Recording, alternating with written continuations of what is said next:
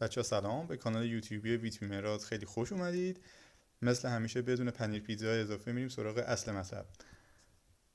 خرید ارزانتر از سوپرمارکت های ایتالیا.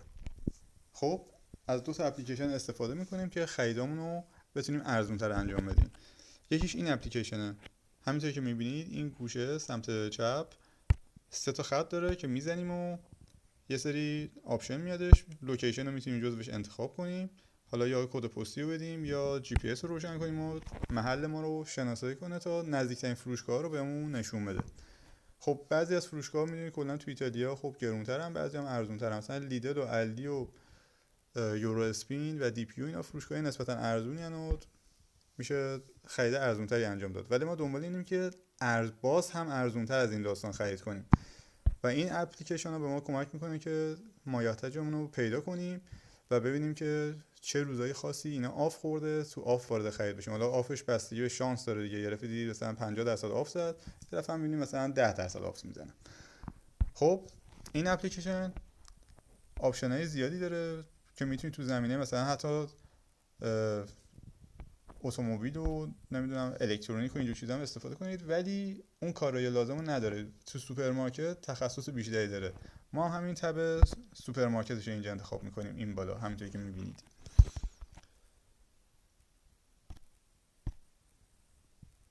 اینجا. خب میریم سراغ سوپرمارکت. اینجا یه سری لیست کرده، اینی که مثلا زده کامینگ سون، تو این قسمت میبینی کامینگ سونه تو این قسمت، این یعنی تو هفته جدید میادش. مثلا امروز من دارم یه ویدیو رکورد میکنم واسه شما، جمعه هستش، معمولا دوشنبه ها اینا آفر جدیدشون رو میزنن اول هفته. پس کامیسون ها واسه هفته های بعده احتمالا. خب پس اونایی که الان در سبد کالای ما هستن، اینان که مثلا ما الان امروز جمعه هستش، شنبه و یک شنبه زمان داریم که مثلا خرید کنیم. مثلا الان اینجا فروشگاه الدی که تقریبا 2 کیلومتر به من فاصله داره، میبینیم که 2 روز وقت زمان داریم تا از آفاش استفاده کنیم. وارد در واقع صفحه الدی میشیم، یه سری چیز میبینیم که آف زده، مثلا 50% اومده آف زده. قیمت رو حالا حدودا شما میتونید ببینید، مثلا اینجا بیسکویت رو آورده 30% آف زده، از 2.39 شده 1.65. یا مثلا چیزای دیگه هم تقریبا خیلی چیزا هستش دیگه. بیشتر چیزایی که لازم دارید اینجا میتونید تو این آف ها پیدا کنید. و مثلا اینجا قیمت سیب رو میبینید که قیمت سیب توپولی زده، هر کیلو زده 84 سنت. یا گلابی میبینید که 1 کیلو زده 1.49. اینا قیمت سوپر مفت هستش که ما میتونیم استفاده کنیم و مثلا هفته خریدامون رو اینطوری بر اساس آفایی که فروشگاه مختلف میزنن در واقع مدیریت کنیم تا بتونیم ارزونتر خرید کنیم و یه پول اساسی رو کش کنیم در نهایت تا آخر هفته. خب مثلا اینجا الان این لیدل رو که اینم 1.5 کیلومتر با ما فاصله داره زده کامینگ سون، وارد این میشیم. تو صفحه اولش رو که نگاه میکنیم، این بالا رو اگه توجه کنید میبینید یه تاریخ کوچولو زده که این تاریخ رو اگه ما زومش کنیم به اون تاریخ رو میده، به اون میگه که از چه تاریخ ایناش نوشته. از در واقع از 2/10 تا 8/10 این محصولات، یعنی این در واقع 37 صفحه‌ای که میبینیم این گوشه زده اینجا چه اعتبار داره. خب یه چند تا صفحه بریم جلوتر ببینیم در چه وضعیت این.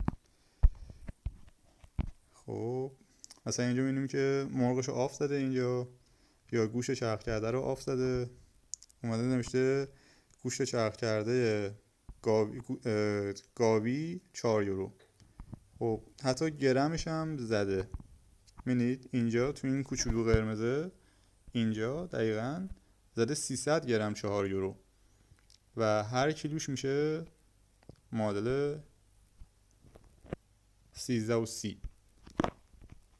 خب پس اینطوری خیلی راحت میتونید خریداتون رو در واقع مدیریت کنید به سادگی هرچی تمام‌تر. محصولات خب متنوع و زیاد هست دیگه.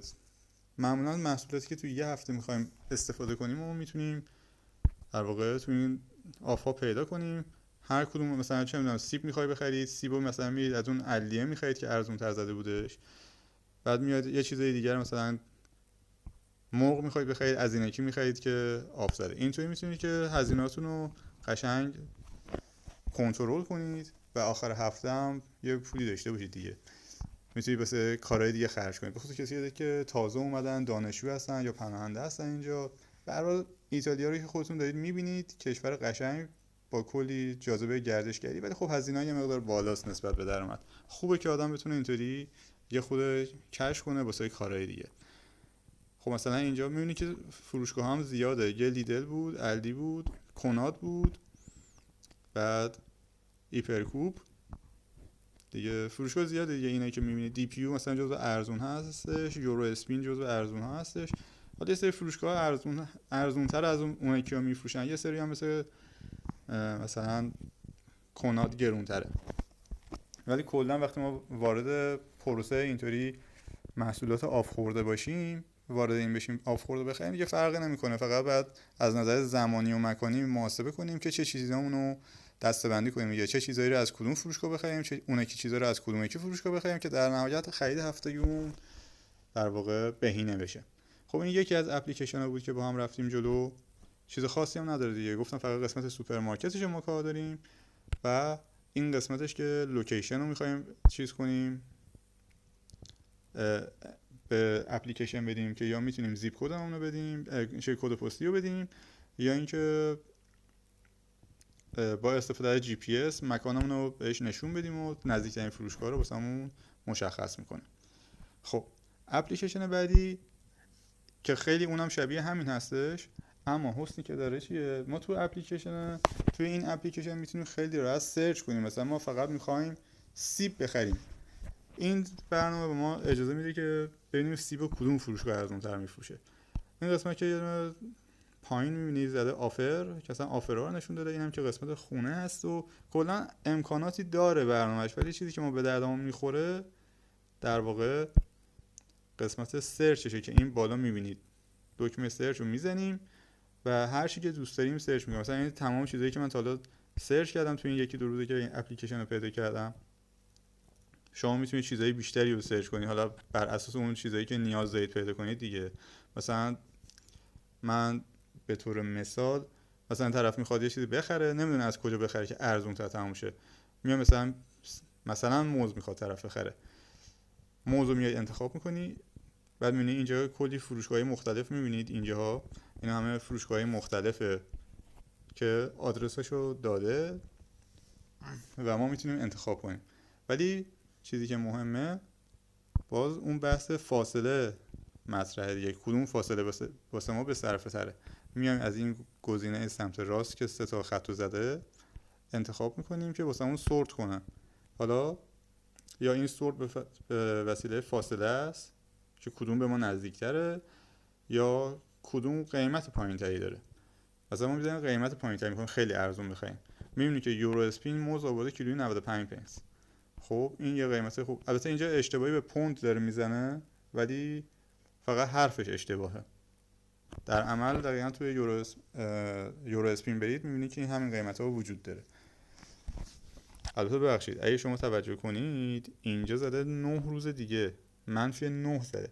اگر این عدد بین 1 تا 7 بود یعنی اینکه داخل هفته هستیم، ولی زده -9 یعنی چند روز بعد بگذره تا به هفته جدید برسه که قابل خرید بشه. معمولا میگم تا -7 بود اوکیه، ولی بیشتر بود میفته هفته بعد احتمالاً، چون هر هفته یه سری جنساشون رو میان آف میزنن. پس این چیزی نیست که بتونیم این هفته بخریم، میتونیم واسه هفته بعدمون مثلا اینو تو برنامه بذاریم. اینا همشون در واقع میبینید که 9 روزه است. اینجا میبینیم که موز اومده MD گذاشته 1.9 1.09 در واقع و 2 روز هم وقت داریم. یا حتی بیایم پایین تر ببینیم باز چیزی پیدا میکنیم. اینا باز میبینید تاریخاش بیشتر میشه، مثلا 12 روز دیگه احتمالاً میفته. اینا همه واسه هفته های بعده مثلا. و همین سادگی، هیچ چیز خاصی به اون صورت نداره. یا میایم مثلا یه محصول دیگه هم انتخاب میکنیم، مثلا سیب مثلا میخوایم ببینیم سیب از کجا ارزون تر میتونیم بخریم واسه این هفته. اینم که روی سورت شده روی ارزون ترین قیمت هستش. این میبینید ارزون ترین قیمت اینه، ولی 12 روز دیگه قابلیت دسترسی داره متاسفانه. پس اینم اون چیزی نیست که ما لازم داریم. میایم یه چیزی که رو منفی 7 باشه، یعنی بین بازه 1 تا 7 باشه. الان اینجا میبینید شرکت MD، فروشگاه MD اومده تقریبا 1 یورو داره هر کیلو سیبو میفروشه. یا بریم پایین تر چیز دیگه هم پیدا میکنیم. نه دیگه بعد قیمت رو داره میره بالاتر. مثلا ما فرضاً از همین فروشگاه MD میخوایم خرید کنیم، روی لینکش میزنیم، بعد حتی این بالا هم میبینید زده که یکشنبه تموم میشه این آف، یعنی چند روز بیشتر نمونده. کل این سفر رو آورده که سیبم جز بشه. اینجا میتونید بزرگش هم بکنید، نوشته که 2 کیلو سیب 2 یورو تقریبا، یعنی هر کیلوش واسهتون اینجا کوچولو توضیح داده که هر کیلوش میشه 1 یورو تقریبا بدین صورت. این از آموزش خرید ارزانتر بود که خدمتتون توضیح دادم. امیدوارم که بتونید خریدای ارزانتری انجام بدید و در نهایت بتونید یه مقدار تو هزینه‌هاتون مدیریت انجام بدید. موفق و مؤید باشید عزیزان. تا درود دیگر، بدرود.